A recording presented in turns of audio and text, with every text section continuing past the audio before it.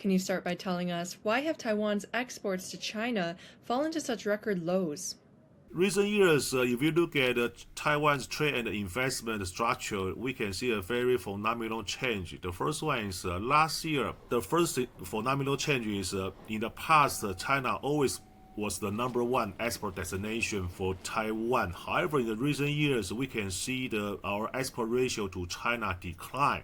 Last year, we can see the U.S. has become the number one export destination for Taiwan, already surpassed China. I think the ratio last year we export 31 of our product to the US, and we only export 27 of our product to mainland China. So this is a very significant change.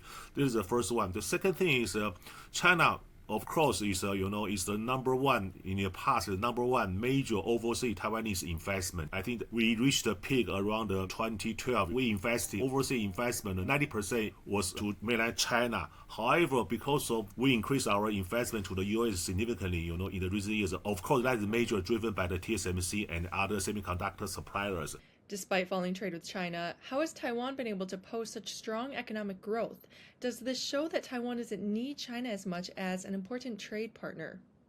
I think the major reason is we have the strong foundation of the semiconductor industries.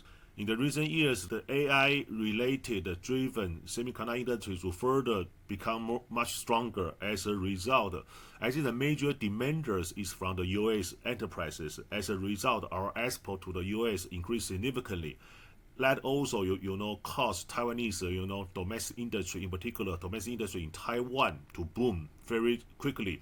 So as a result, we can see the many Taiwanese firms also, because of the U.S.-China trade war, based on the national security reason, we have to deviate from the mainland China. We still need mainland China market. Even if China right now is the second largest export market for Taiwan, however, we still export, over a quarter of our product to mainland China. This is one thing. Another factor overlooked by people is right now China is the number one import source for Taiwan. China is the largest, import country for Taiwan. So we still have a very close trade relation. As a result, I should say we have to leverage between the U.S. and the China market. Now, how does this represent the broader global trend of non-red supply chains, meaning supply chains that reduce reliance on China? During the Trump president's first term, the U.S.-China engaged in the retaliation, we so-called the U.S.-China trade war.